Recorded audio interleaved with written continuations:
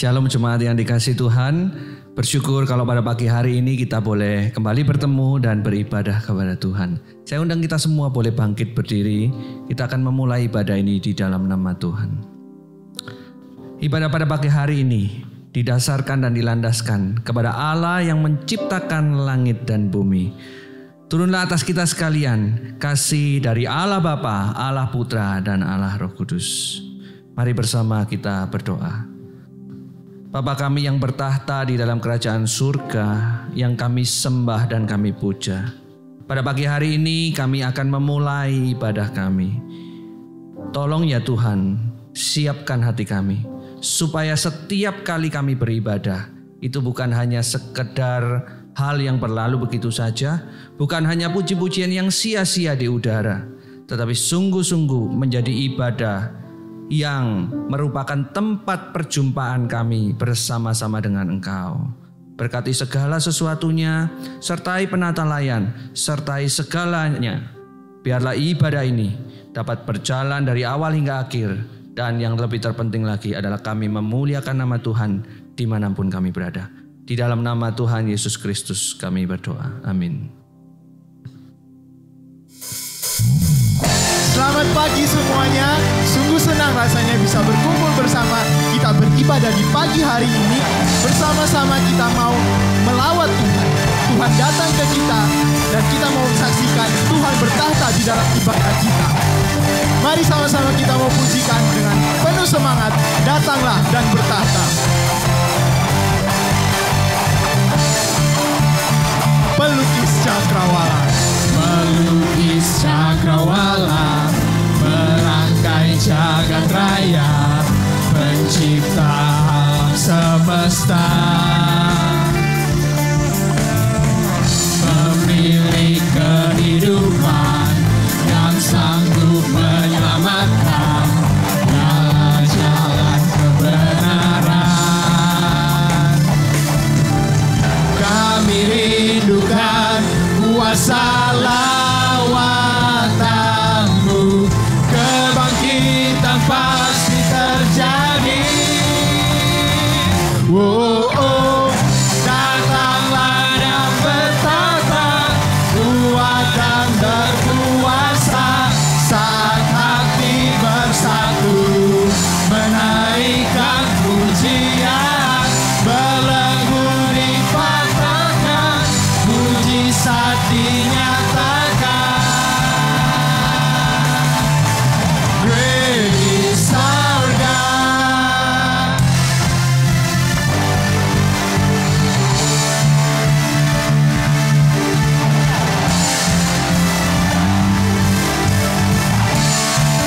Pemilik kehidupan, pemilik kehidupan yang sanggup menyelamatkan, jalan-jalan kebenaran. Kami rindukan kuasa lawatanmu, kebangkitan pasti terjadi. Datanglah dan bertahta, kuat dan berkuasa, saat hati bersatu, menaikkan pujian, belenggu dipatahkan, mujizat dinyatakan. Great is our God. Kami rindukan kuasa lawatanmu, kebangkitan pasti terjadi. Datanglah dan bertahta, kuat dan berkuasa, saat hati bersatu, menaikkan pujian, belenggu dipatahkan, mujizat dinyatakan. Great is our God. Karena Tuhan sudah datang, Tuhan bertahta di atas kita. Mari mau sama-sama kita lebih semangat lagi, kita memuji Tuhan.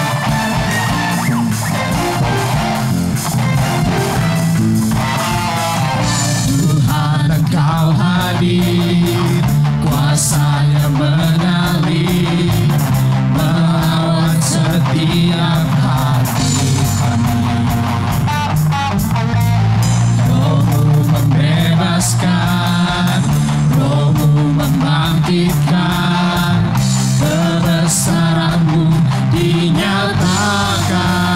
Diselamatkan untuk menyembah. Datanglah kerajaan-Mu di dunia. Di hadapan tatamu seluruh jiwa menyatu, nyanyikan pujian senada dengan surga. Kami datang bersatu, sembah puji nama-Mu. Semesta bersuka bersama dengan surga.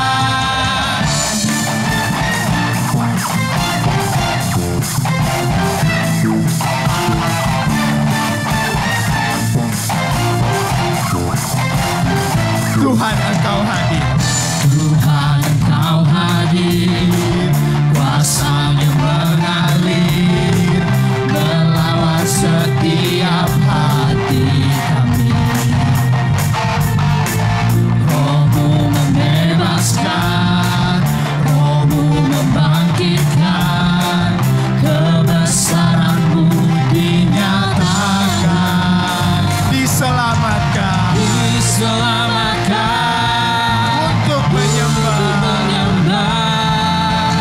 Datanglah kerajaan-Mu di dunia. Semuanya Di hadapan tatamu seluruh jiwa menyatu, nyanyikan pujian senada dengan surga. Kami datang bersatu, sembah puji nama-Mu. Semesta bersuka bersama dengan surga.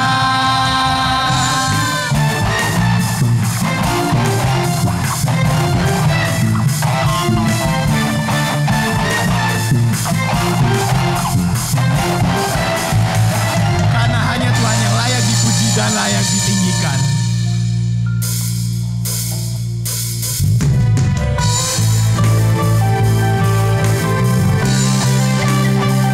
Mari saat ini kita mau menyiapkan hati kita, karena hanya Tuhan yang layak dipuji dan hanya Tuhan yang layak disembah.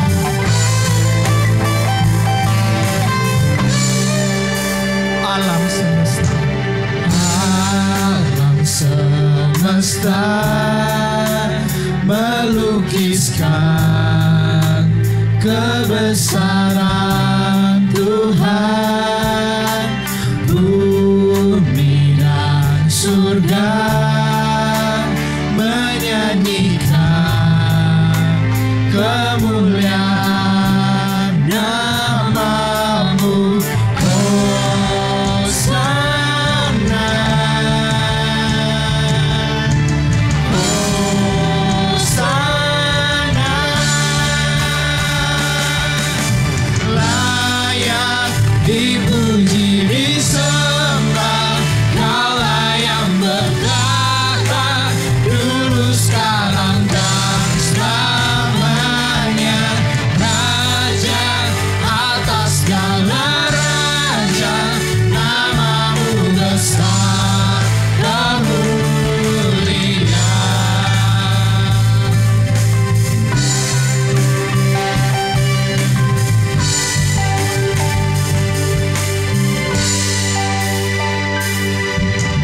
Alam semesta melukiskan kebesaran Tuhan. Bumi dan surga menyanyikan kemuliaan nama-Mu. Hosana, katakan Hosana. Hosana,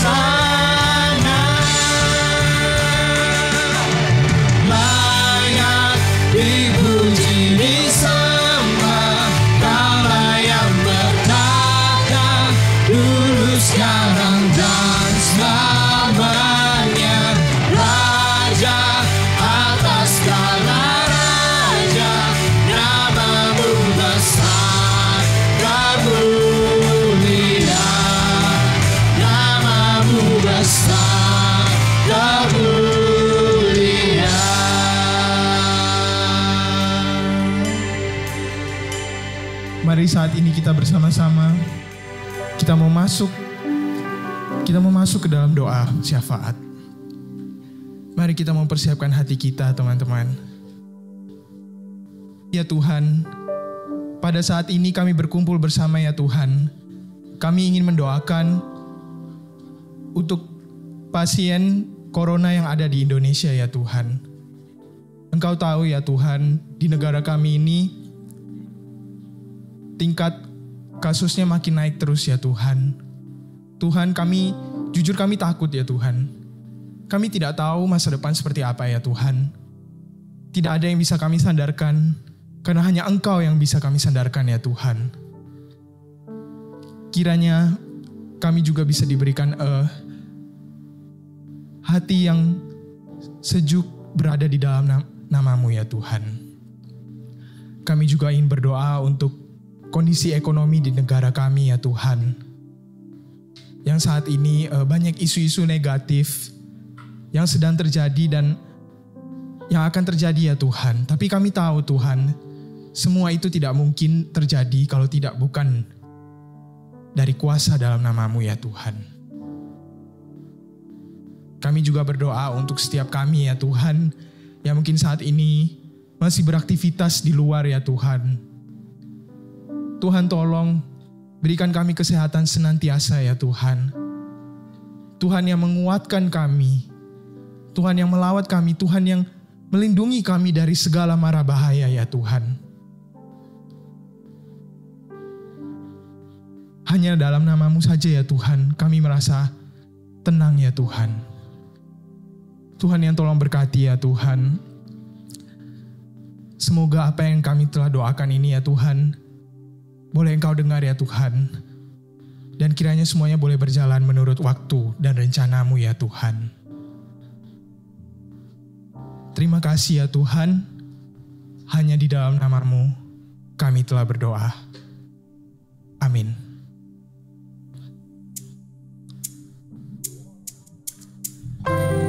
Mari saat ini teman-teman, kita mau mempersiapkan hati kita. Kita mau datang ke hadirat Tuhan. Merasakan kasih Tuhan mengalir di hidup kita.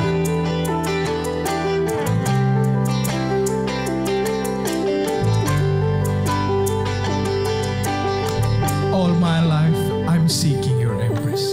All my life I'm seeking your embrace.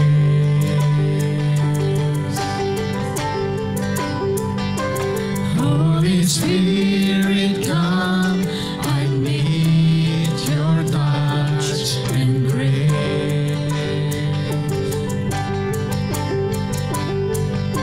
Show me your unfailing love and let me know you are here. Father, dwell in me, fill me with your holiness. Mend my heart, make it clean. Let your love overflow.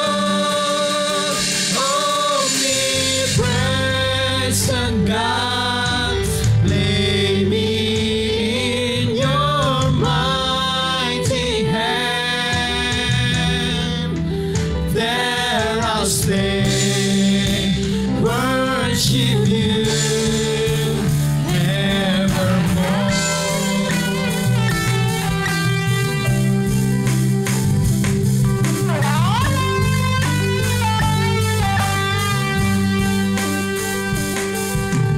All my life I'm seeking your embrace.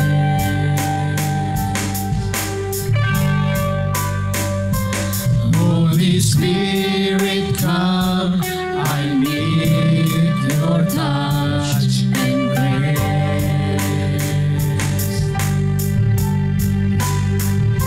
Show me your unfailing love and let me know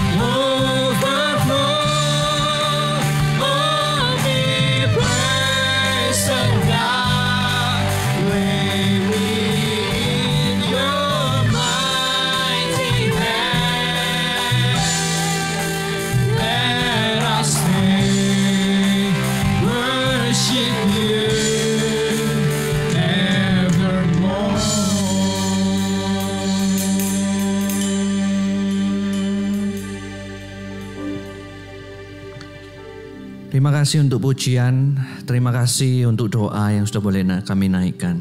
Dan sekarang kami akan mendengarkan yang terbaik daripada Tuhan, yaitu bersimpuh di bawah kaki-Mu untuk menerima firman Tuhan.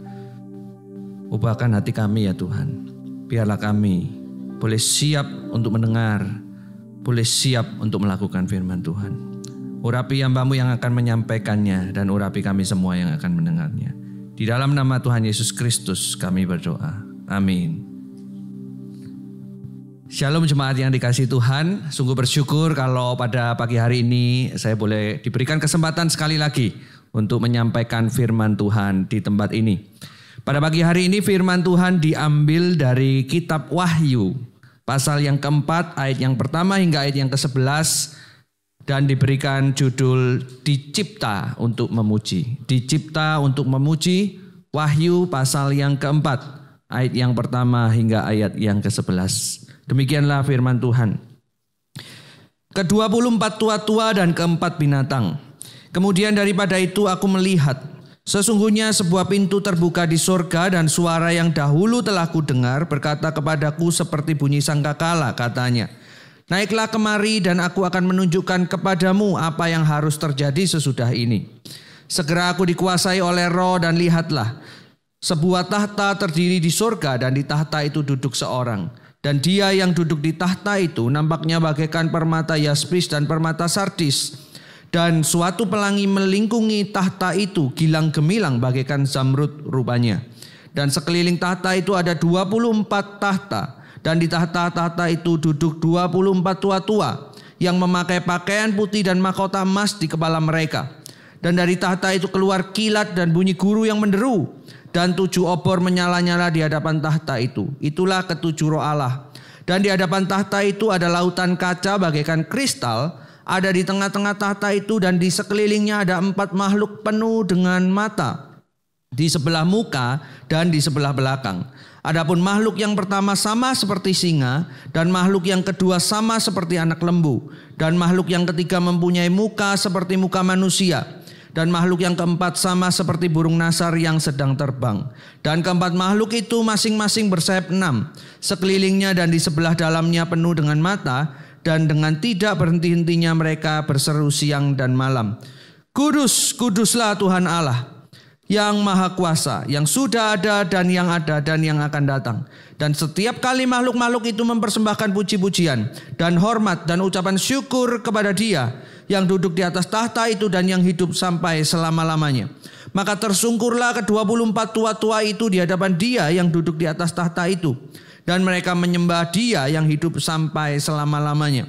Dan mereka melemparkan mahkotanya di hadapan tahta itu sambil berkata, Ya Tuhan dan Allah kami, Engkau layak menerima puji-pujian dan hormat dan kuasa, sebab Engkau telah menciptakan segala sesuatu, dan oleh karena kehendak-Mu semuanya itu ada dan diciptakan. Sedemikian jauh pembacaan firman Tuhan.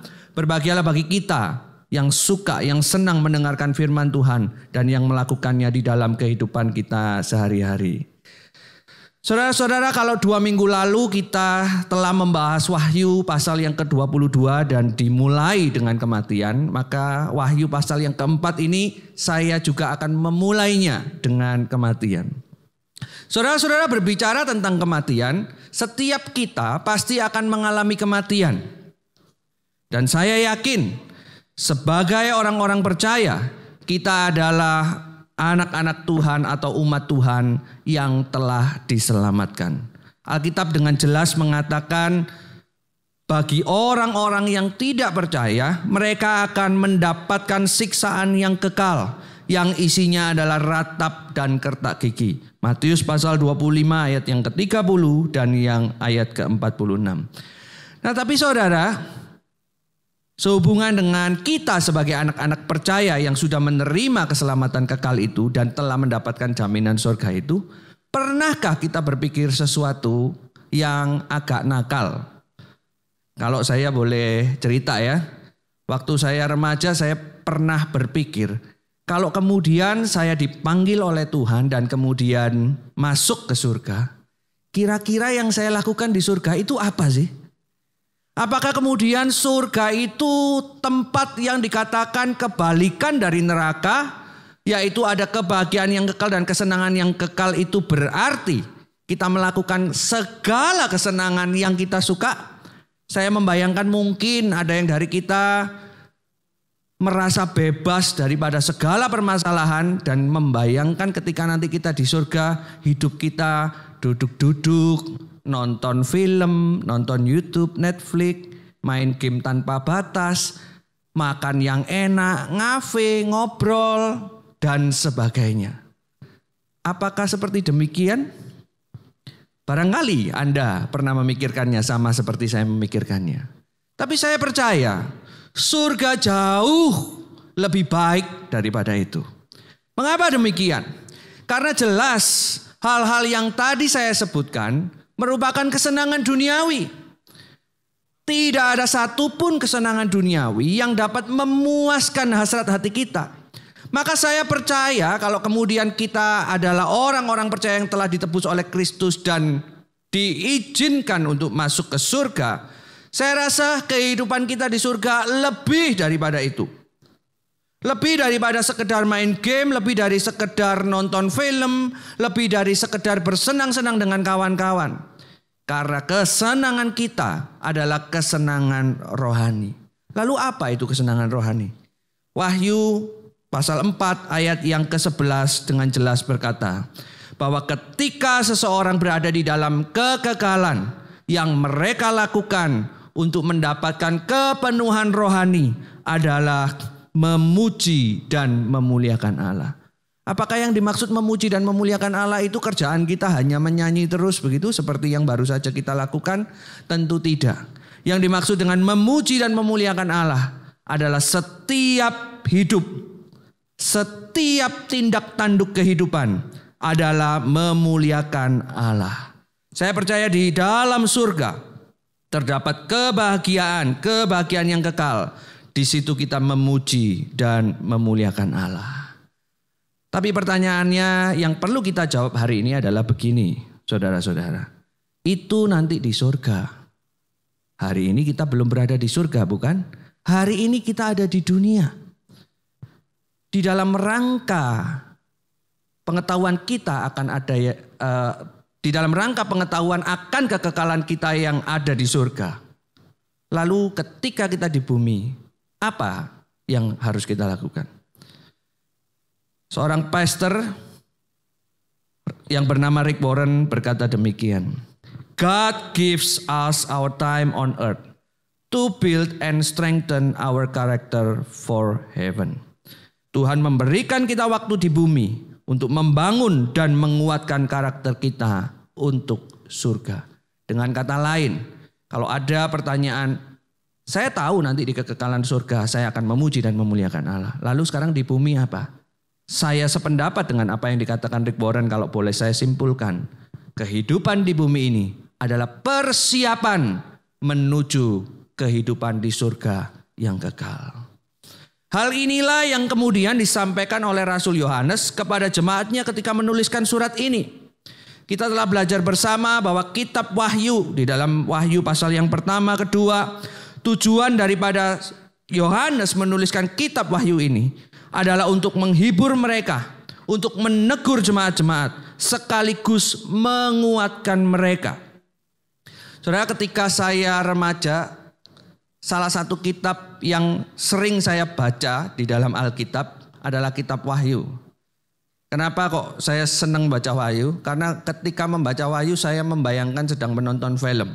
Ada naga, ada makhluk berkepala 4 yang kemudian lagi perang-perangan. Saya membayangkan ketika membaca kitab Wahyu saya sedang main Clash of Clans, barangkali nonton Lord of the Ring, Hobbit, atau mungkin Star Wars. Yang kemudian ada perang-perang antara si jahat dan kemudian si baik, walaupun saya tidak tahu artinya.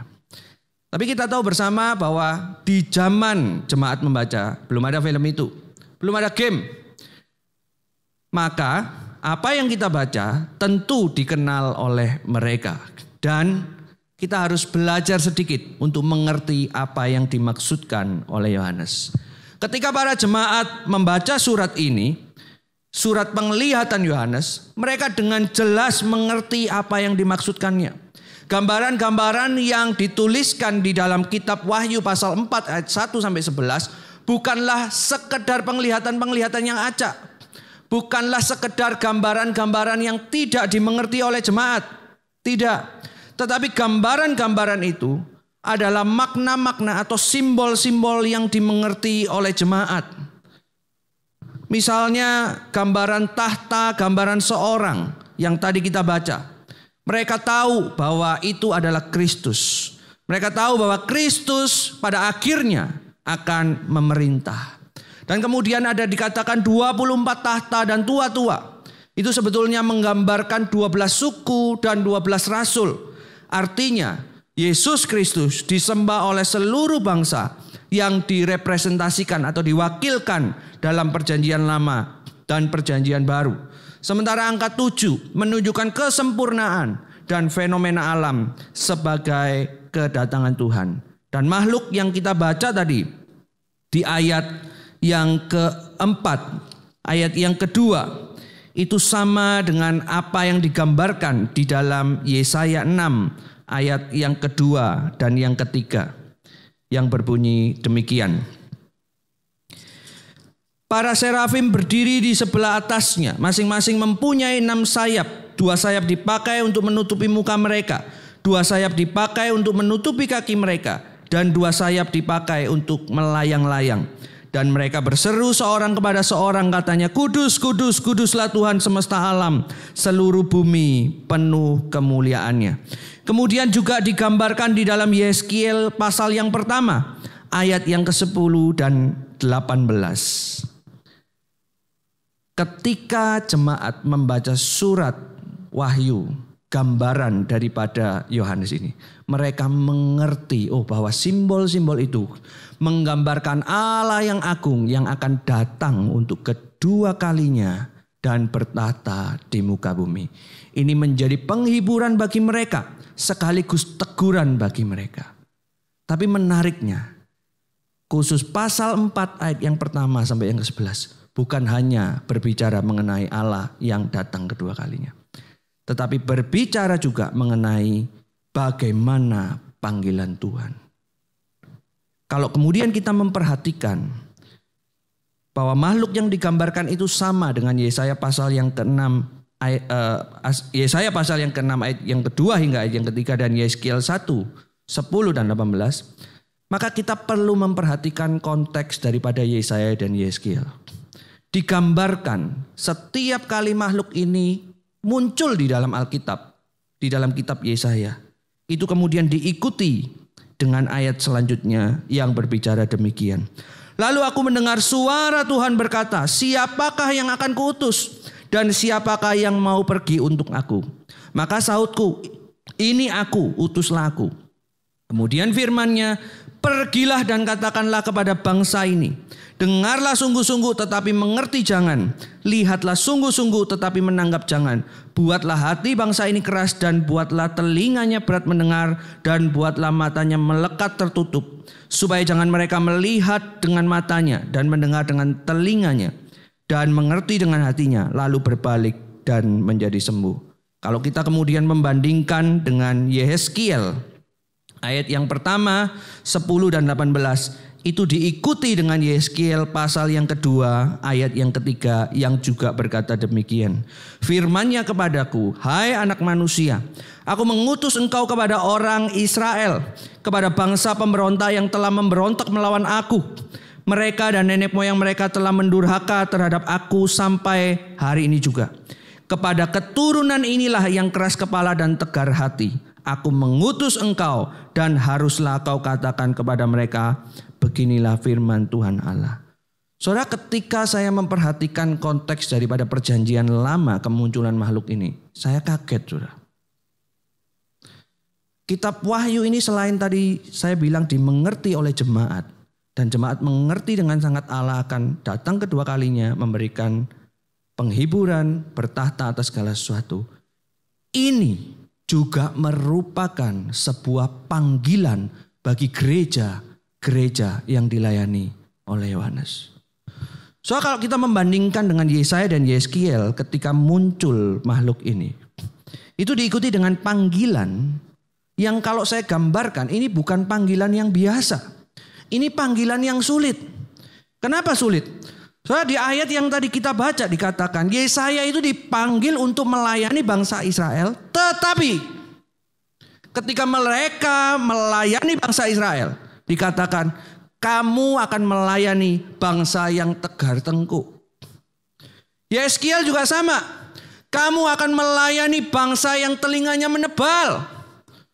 Soalnya Anda bayangkan kalau kemudian Anda diberikan penglihatan itu dan Anda tahu maknanya. Dan kemudian seolah-olah Tuhan sedang berbicara kepada Yohanes yang kemudian berbicara kepada jemaat. Seolah-olah berkata begini, kamu akan melayani Tuhan kepada bangsa yang sangat sulit, kepada jemaat yang sangat sulit, kepada orang-orang yang sangat sulit. Tetapi orang-orang yang kamu layani itu tidak berubah. Dengan kata lain, pelayanan itu gagal. Soalnya di dalam sejarah gereja dikatakan Yesaya itu mati digergaji dibelah menjadi dua. Lalu kemudian Yeskiel mati di dalam pengasingan. Berapa banyak orang yang bertobat yang dilayani oleh Yesaya dan Yeskiel? Barangkali tidak banyak. Karena memang dari awal panggilan itu ditujukan kepada mereka untuk menunjukkan betapa bebalnya Israel yang kemudian akan dihukum. Saudara, tentu saya tidak mengatakan bahwa kita dipanggil untuk gagal. Bukan. Tetapi makna dari konteks ini dan gambaran ini mau mengatakan kepada kita, kalau kita sudah punya sorga, maka kita dipanggil untuk memuji dan memuliakan Allah. Kalau kita mau memuji dan memuliakan Allah, itu artinya kita dipanggil untuk melayani. Sekalipun di dalam pelayanan itu, pelayanan yang sangat-sangat sulit dan tidak mungkin. Saudara, jemaat daripada Yohanes yang digambarkan di dalam kitab Wahyu ini, yang diberikan kitab Wahyu ini, dipanggil untuk melayani di tengah-tengah kondisi yang sulit. Tuhan akan memberikan kekuatan, Tuhan akan memberikan penghiburan, Tuhan akan bertata. Tetapi Tuhan juga memberikan tugas kepada mereka untuk memuliakan Dia dengan cara melayani Dia di tempat yang sangat sulit. Saudara, satu kali saudara, saya pernah iseng-iseng apply atau melamar kerja di Google, saudara. Karena Google ini adalah sebuah perusahaan ternama yang buat saya keren banget kalau bisa kerja di Google. Maka saya percaya bukan saya aja yang tertarik untuk kemudian apply job atau melamar kerjaan di Google, saudara. Nah tentu di dalam melamar pekerjaan itu ada beberapa hal yang harus dipenuhi. Ada beberapa persyaratan yang harus dipenuhi. Tentu saja yang pertama kualifikasi teknis, artinya bidang apa yang kita lamar tentu kita harus cakap di dalam bidang yang kita lamar itu. Tapi yang menarik bagi saya adalah ketika saya menyelesaikan hari pertama untuk hal-hal teknis, hari kedua itu diberitahukan kepada kita para pelamar-pelamar pekerja itu begini. Besok kita akan wawancara. Anda tidak perlu mempersiapkan diri apapun. Anda boleh pakai baju apapun. Anda boleh wawancara dengan santai. Anda tidak perlu pakai baju yang rapi. Pokoknya datang saja. Bahkan kalau Anda mau datang pakai celana pendek, sandal jepit, silakan. Wah, ini menarik bagi saya. Perusahaan sekelas Google mengizinkan hal ini. Wah, keren juga ya. Keesokan harinya saya datang, tapi saya tidak memakai pakaian yang tidak rapi. Walaupun ada beberapa pelamar yang memakai pakaian nekat demikian ya. Nah ketika saya masuk, mereka hanya ngobrol-ngobrol sama saya. Lalu kemudian si interviewer itu atau yang menginterview saya memberikan pertanyaan begini. Anda kan mau kerja di Google. Tahu nggak singkatannya Google itu apa? Saya langsung terkejut, saudara. Google kok ada singkatannya? Ternyata ada, saudara. Dan saya tidak bisa jawab. Google itu singkatannya apa? Saya baru tahu saudara kalau Google itu singkatannya Global Organization of Oriented Group Language of Earth. Nah saya juga pertama kaget, kenapa kok tanya itu? Siapa yang tahu singkatan Google? Itu pertanyaan yang aneh buat saya. Lalu kemudian yang kedua, dia tanya begini. Kamu milenial suka dengar lagu kan? Iya. Lagu apa sih yang kamu senang dengarkan? Dia bukan tanya genrenya, tetapi kemudian dia tanya musiknya yang seperti apa dan kalau ada khusus penyanyinya siapa. Saya sebutkan saja idola saya ya, Raisa. Nah. Bukan cuma itu, kemudian dilanjutkan dengan pertanyaan ketiga. Kalau kamu masuk Google, kami punya persyaratan satu, bahwa kami akan tracking semua historimu, termasuk apa yang sudah kamu hapus, termasuk private mode. Saudara. Saya sampai bingung, bagaimana kemudian dia bisa men-tracking kita private mode? Ternyata bisa, saudara. Semua histori kita, dia boleh baca. Singkat cerita, saya dihubungi bahwa saya belum bisa diterima. Tapi yang kemudian menjadi pengalaman unik buat saya adalah begini. Kenapa ya kok Google itu tanya pertanyaan 3 ini yang menurut saya aneh. Selidik punya selidik, saya baru tahu. Kenapa Google menanyakan 3 pertanyaan ini. Google menanyakan 3 pertanyaan ini supaya pelamar kerjanya ketika menjadi karyawan Google, orang itu masuk ke dalam kulturnya Google itu untuk merepresentasikan apa yang menjadi singkatannya, saudara. Global Organization of Oriented Group Language of Earth. Menjadi bagian dari Google dan mempromosikannya melalui apa yang dikerjakan. Entahkah itu melalui musik yang disuka, entahkah itu melalui histori. Semuanya ketika seorang memilih menjadi karyawan Google, artinya dia bertekad dirinya menjadi bagian dari apa yang dituju oleh Google. Soalnya ketika kemudian saya mempersiapkan firman ini, saya diingatkan sekali lagi begini. Kalau kemudian untuk menjadi karyawan Google saja saya harus tahu sampai sedetail-detailnya, sampai singkatan Google pun ditanyakan, saudara. Sampai yang namanya private mode pun ditanyakan. BTW hari ini saya nggak pakai Chrome ya, saya pakai Firefox karena pernah ditanya hal itu.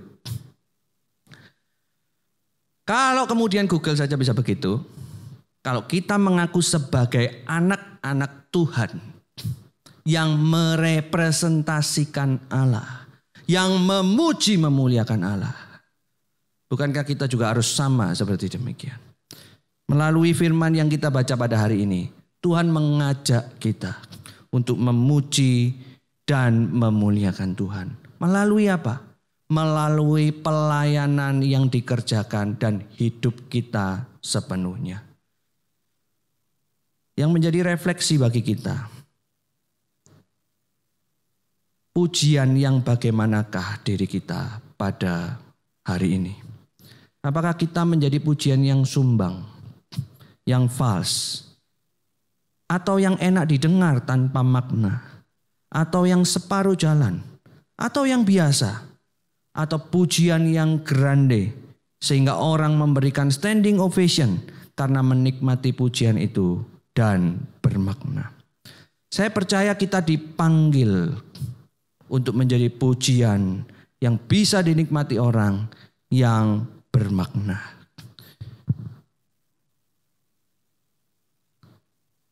Seorang worship leader berkata begini, worship is about who we are, about who or what our God is, and about how we choose to live.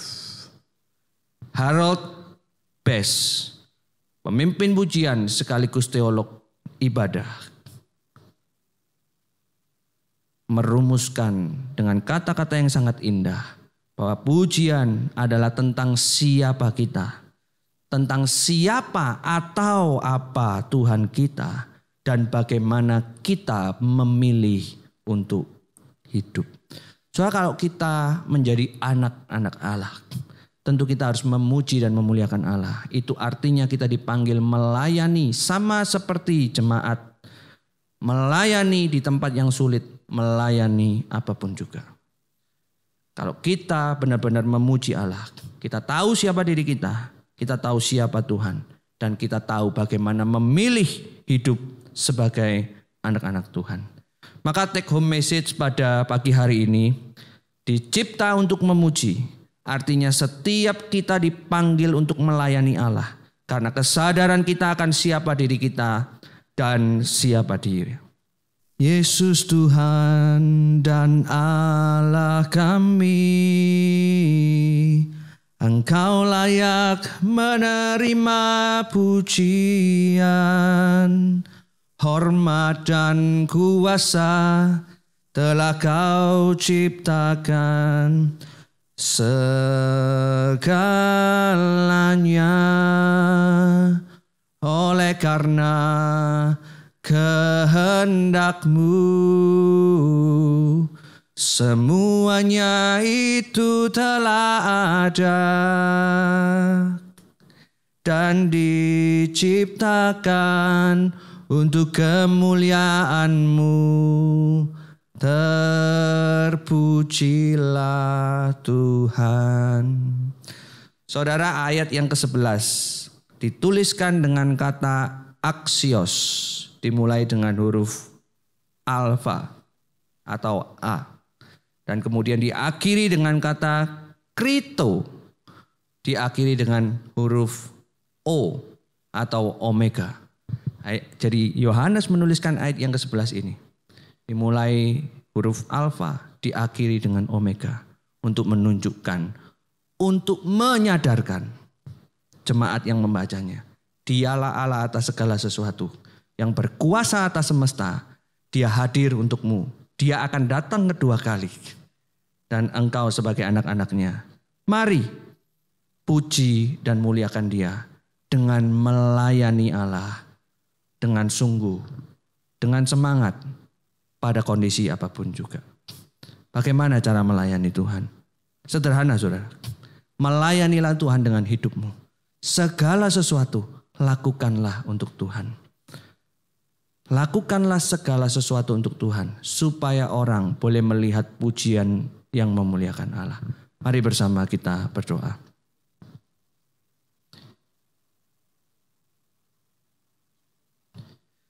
Terima kasih Tuhan untuk firman-Mu yang boleh menguatkan kami. Kami belajar daripada penglihatan Yohanes yang bukan sekedar penglihatan biasa. Penglihatan yang ternyata dimengerti makna dan simbolnya oleh jemaat mula-mula. Dan yang kini disingkapkan kepada kami. Ajar kami untuk kami boleh mengerti makna itu. Boleh menyimpan makna itu dan kemudian boleh melakukan makna itu. Kami rindu. Kami menyembah, memuji Tuhan dengan melayani Tuhan. Di dalam setiap waktu, di dalam segala hal. Meteraikan firman ini di dalam kehidupan kami. Di dalam nama Tuhan Yesus Kristus kami berdoa. Amin. Mari dengan bangkit berdiri, dengan seluruh umat di seluruh dunia dan segala zaman, kita ikrarkan pengakuan iman rasuli. Aku percaya kepada Allah, Bapa yang Maha Kuasa, Khalik langit dan bumi, dan kepada Yesus Kristus anaknya yang tunggal Tuhan kita, yang dikandung dari Roh Kudus, lahir dari anak darah Maria, yang menderita sengsara di bawah pemerintahan Pontius Pilatus, disalibkan, mati dan dikuburkan, turun ke dalam kerajaan maut. Pada hari yang ketiga, bangkit pula dari antara orang mati, naik ke surga, duduk di sebelah kanan Allah Bapa yang Maha Kuasa. Dan dari sana Ia akan datang untuk menghakimi orang yang hidup dan yang mati. Aku percaya kepada Roh Kudus, gereja yang kudus dan am, persekutuan orang kudus, pengampunan dosa, kebangkitan tubuh, dan hidup yang kekal. Amin.